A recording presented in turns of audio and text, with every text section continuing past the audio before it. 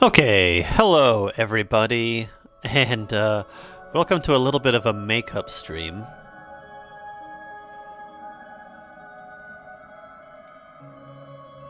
This one isn't going to be very long, but I am going to be doing another stream right after this one. Basically what happened is last week I had some issues with internet connectivity, and while I was doing my stream, even though like that stream itself was only like an hour long, I lost all the footage, or I lost half of the footage, and the last half of the footage happened to be me actually beating the game. So we're gonna beat the game again. Excuse me, just one second.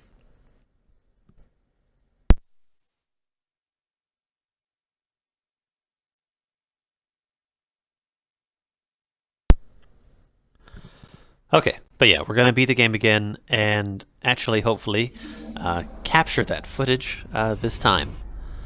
Alright, so I'm actually not anywhere near where I was, so I need to find out where I need to be.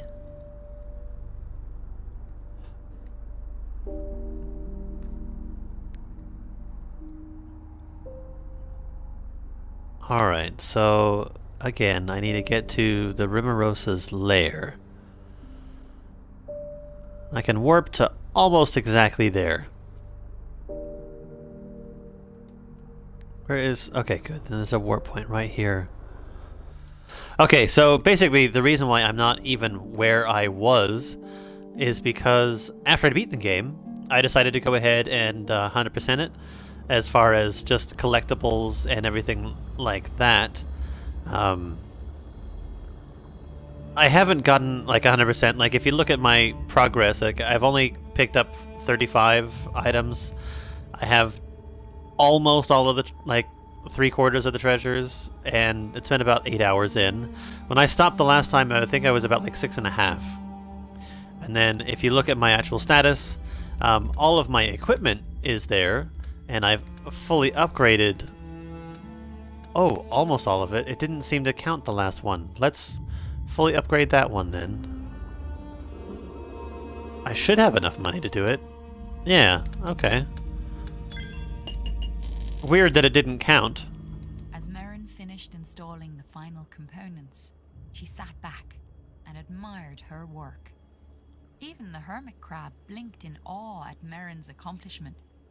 She had integrated every last scrap of Fomori technology that the hermit crabs had ever scrounged up. Each strange, unexplainable piece of ancient machinery from the farthest reaches of the sea floor was now in her service. As time went on, this monumental achievement would become one of the enduring legends of the sea, never to be forgotten. Okay. So that's one thing that I didn't actually get captured because I did all that like off stream. Because I thought it was actually going to be kind of boring. But anyway, we are right here. And basically, I don't know if it's going to do the setup, but she sees that her father is laying at the bottom of the ocean in one of those travel capsules that we found at the Deep Light. And then, as you can see, there's some tentacles squeakily squirming right to the side of the screen. So we're going to go investigate what that is and fight the Rimarosa, the final boss.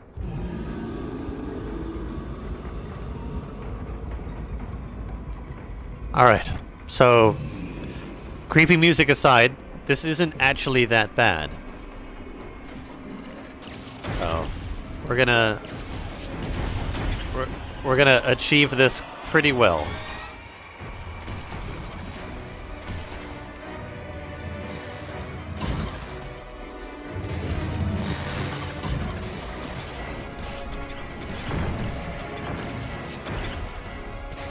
I'm actually trying to, seeing as I have it,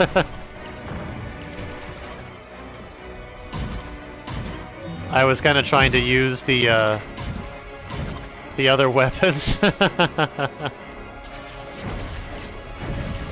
But honestly, there's no point.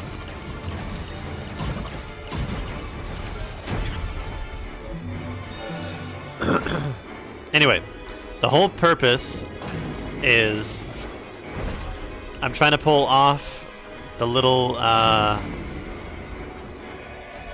face mask that he's got on.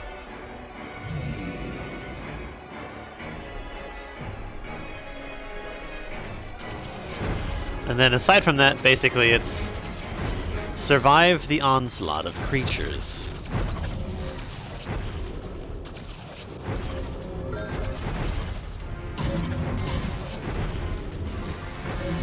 I actually have a couple new abilities which are actually kind of helpful.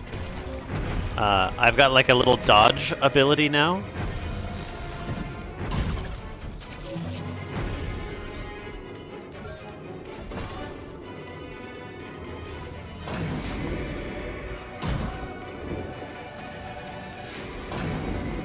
Alright, I think I only have like one more piece left.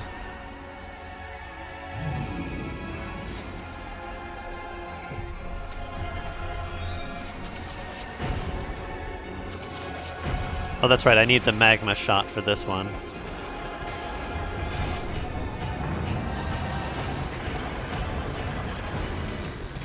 Oh, I'd never used that before. That's actually really kind of cool.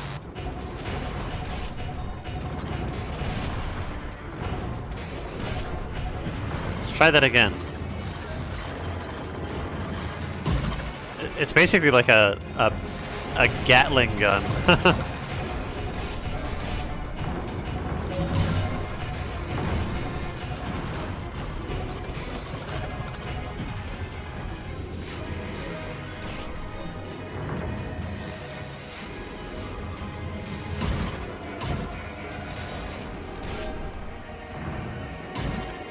Oh, and when I use the magma shot, it explodes into little, like, magma mines that appear.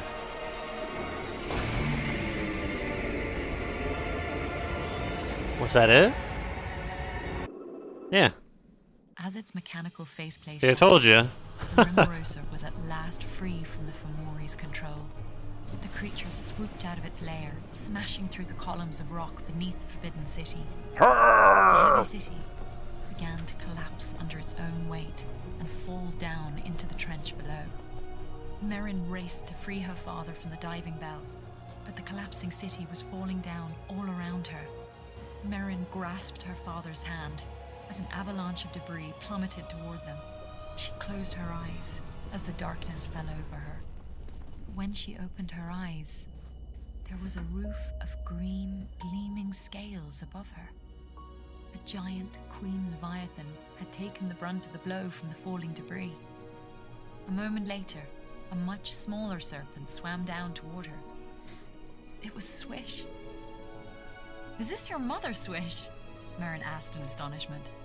But Swish just wagged his tail and beckoned for her to grab on. Wag, wag, She and her wag. father grabbed hold of the two leviathans, and together they swam up, out of the still collapsing debris of the Forbidden City. They swam out of the darkness and into the gleaming rays of sunlight that streaked through the water's surface. And at last, for the first time in what seemed like ages, Merrin and her father looked out over the waves toward their house in the distance. They said goodbye to the pair of leviathans, and Merrin promised to come play with Swish each day in the deep waters below the cliffs. And bit by bit, Merrin's life slowly went back to normal. She and her father traded a few of Merrin's golden coins for a beat-up old fishing boat. Working side by side, they soon had it ready to sail. Nice. Merrin no longer had to wait at the cliff's edge. Her father took her out to sea whenever she wanted to go. As they fished, they shared the stories of their own great adventures, both knowing that every word was true. And sometimes, late at night, Merrin thought of all the mysteries she had yet to answer. She thought of Kara, the sea garden, the eggs, and hoped they were all safe. Someday, she thought, someday I will It's a see new and them again. improved submarine.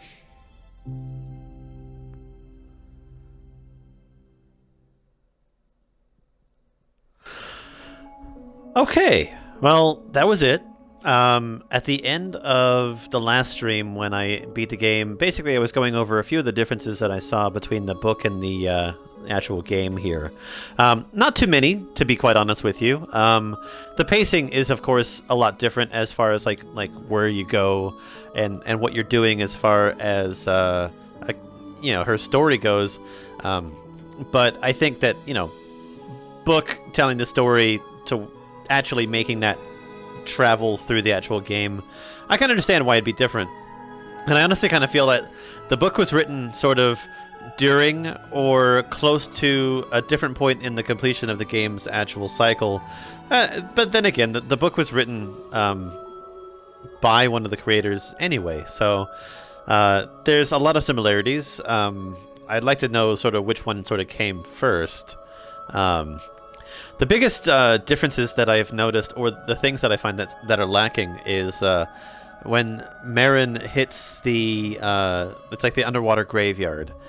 Basically, what you find is she's reliving the memory of her mother passing away, and basically her mother, father, and her were on a boat, and something hit the bottom of the boat, and then Merrin fell into the sea.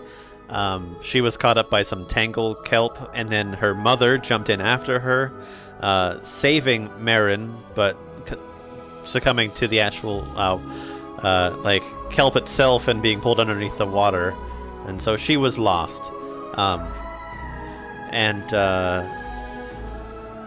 Then there's, I'm trying to think of what else there was. There was the smell of lavender.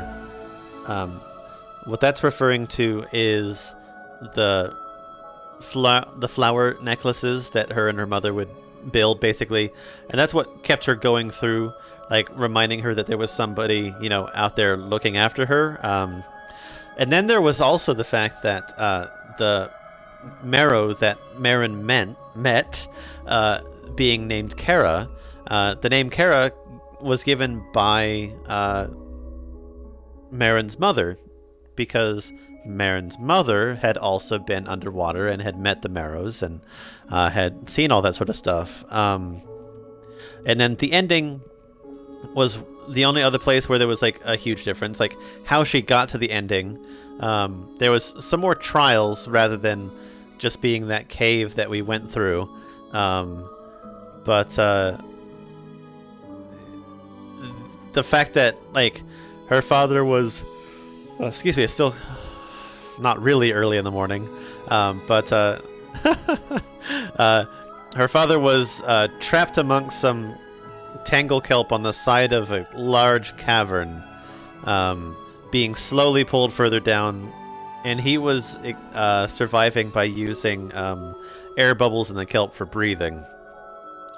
And so basically she found him there and fought the Rimmerosa, but didn't necessarily fight the Rimmerosa. Like, freeing it that way was completely different. And that particular battle, and this is the end of the book, she hadn't achieved that grapple claw, but yet she found a hermit crab in that trench, traded for a whole bunch of stuff, built the grapple claw, and then pulled the city down on top of the Rimmerosa, which I believe trapped it. But that's basically it. I mean, the ending is roughly the same. Her and her father go back to normal. It doesn't go into as much detail as the ending of the game does, but it's, I don't know, it's still quite good. Like, it works either way. It works fantastically. I don't know exactly when I'm going to be posting this, but on my YouTube channel, I'll have my final thoughts and reviews on the game. You'll be able to go back and watch the entire stream in its entirety, or broken down into episodes, which I think it'll be a total of like 33 episodes. Again, it only took me like 6.5 hours to actually beat it. But yeah, so check out my channel on YouTube for more gameplay content. Check me out on Twitch, where I stream Wednesdays, Thursdays, and Sundays, and I'm trying to add a different day in there to do a little bit of space exploration in No Man's Sky. But aside from that, if you want updates and everything on my channel and my streaming and everything, check out Twitter or Instagram or even Facebook, which there are links to all of those on my profile. But yeah, we'll see you guys later, or more honestly, in just a little bit, where I'm going to stream a new game. But yeah, bye-bye!